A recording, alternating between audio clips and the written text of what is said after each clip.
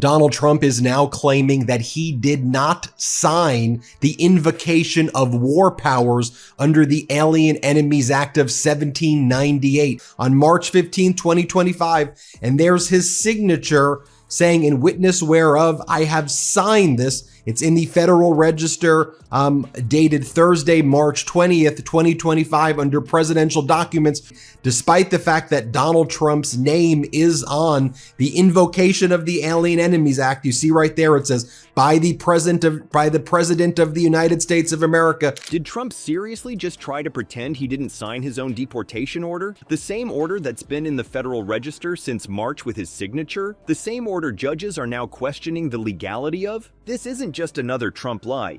It's a whole new level of throwing his own administration under the bus. One minute he's bragging about deporting hundreds. The next he's saying, "I don't know when it was signed because I didn't sign it." Even his own press secretary already confirmed he signed it. Claiming he didn't sign it. He said other people handled it and he didn't know how it was signed. Here's what Donald Trump said moments ago outside of the White House to reporters. This was truly a stunning moment. Because we want to get criminals out of our country, number one, and I don't know when it was signed because I didn't sign it. Other people handled it. But Marco Rubio's done a great job, and he wanted him out, and we go along with that. Caroline Leavitt held a press conference in the White House shortly after Donald Trump invoked the Alien Enemies Act, and she says, President Trump signed the proclamation. Before we move on, I'd like to ask you a small favor. If you appreciate this content, please take a second to like this video and subscribe to the channel. Over 98% of you watch the videos without subscribing. It costs you nothing, but it makes a huge difference to us. So did you click the subscribe button? Great, thank you so much. Now back to the video. What if I told you Trump used a law that's so ancient, it was drafted when people still thought bloodletting was good medicine? Yeah, we're talking about the Alien Enemies Act of 1798. A legal fossil that Trump dusted off to deport hundreds of people before claiming he had absolutely nothing to do with it. This legal dinosaur has only been awakened 3 times in American history. At the president's direction,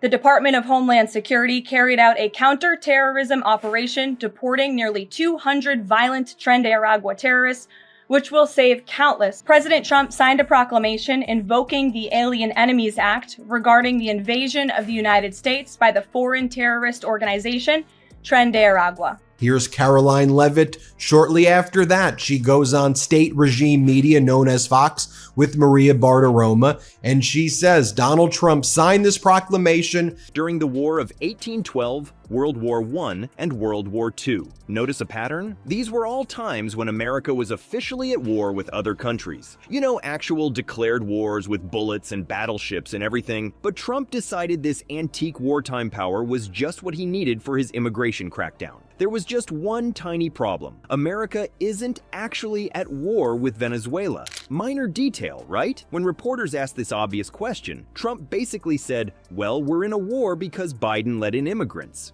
That's like saying you're in a swimming competition because it rained yesterday. To make this creaky old law work for him, his administration pulled off a neat little trick. They designated the Venezuelan gang, Tren de Aragua, as a foreign terrorist organization, a classification they literally invented to make the deportations seem legal. It's like making up a new rule in Monopoly just as you're about to lose. The president signed a proclamation invoking the Alien Enemies Act against Tren de Aragua members who have invaded our country. These are the most violent, heinous criminal monsters.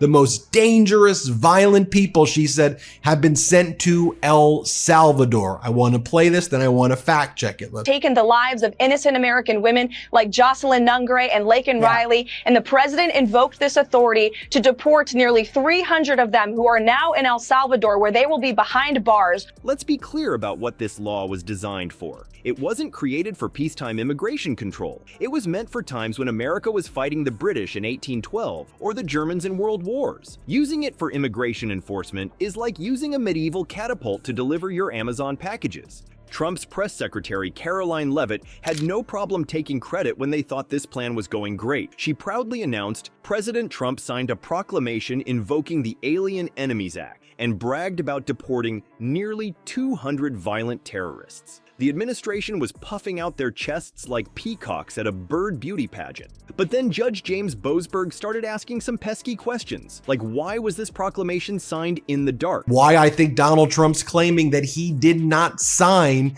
this invocation of the Alien Enemies Act is that a lot of the individuals who ended up being kidnapped by the Trump regime were learning, for example, that political exiles of Venezuela, professional soccer players who were coaches who were here lawfully under our lawful asylum process. The Trump regime said their gang members picked them up, found them in the database because they were lawfully here seeking asylum, shipped them to concentration camps in El Salvador. And why were people being rushed onto planes without proper due process? Little constitutional details. Suddenly, Trump developed a severe case of political amnesia. Here's where the story gets even juicier. Many of the people who got shipped off weren't gang members at all. They were professional soccer coaches with tattoos that someone mistook for gang symbols, political exiles who were lawfully seeking asylum, regular people who just happened to be in the wrong place at the wrong time with the wrong skin color. Oops.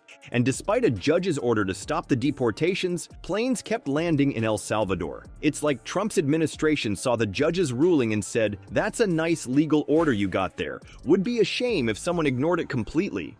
So what did Trump do when confronted with this mess? The tough guy who always brags about how he alone can fix everything suddenly couldn't remember signing his own order. "I don't know when it was signed because I didn't sign it. Other people handled it," he claimed. The buck stopped literally anywhere but his desk. It's worth noting that the Alien Enemies Act was designed for wartime scenarios, not for peacetime immigration enforcement. That's a distinction that might seem small, but it's the difference between using emergency powers when the country is under attack versus using them when you just don't like who's moving in next door. In the federal courts in Washington, D.C. today, where the federal judge Jeb Boasberg looks increasingly inclined to hold the Trump regime, as even the Department of Justice lawyer, when getting grilled by the chief federal judge in Washington, D.C., Judge Jeb Boasberg, said, "You were aware, right, that my order meant that you couldn't ship these people," in contempt. So I think what's happening here is Trump is throwing his own Department of Justice and his own DOJ lawyers under the bus now to try to blame them. So what we're looking at here isn't just Trump doing his usual "I don't know her" routine with his own signature. It's a preview of how our Orange-in-Chief plans to govern, by digging up ancient laws like they're buried treasure, using them for whatever he wants, then playing dumb when judges get involved. Federal Judge Boasberg wasn't having any of it, calling Trump's actions incredibly troublesome and noting how the proclamation was conveniently signed in the dark to rush deportations before anyone could challenge them legally. Classic sneaky Trump move. Remember when Donnie once bragged, "I have an Article 2 where I have the right to do whatever I want as president"? That's his actual plan. Claim unlimited power when he wants it, then suddenly develop amnesia when things get messy. It's like watching a toddler who insists he can eat the whole cookie jar, then blames the dog when he gets a tummy ache.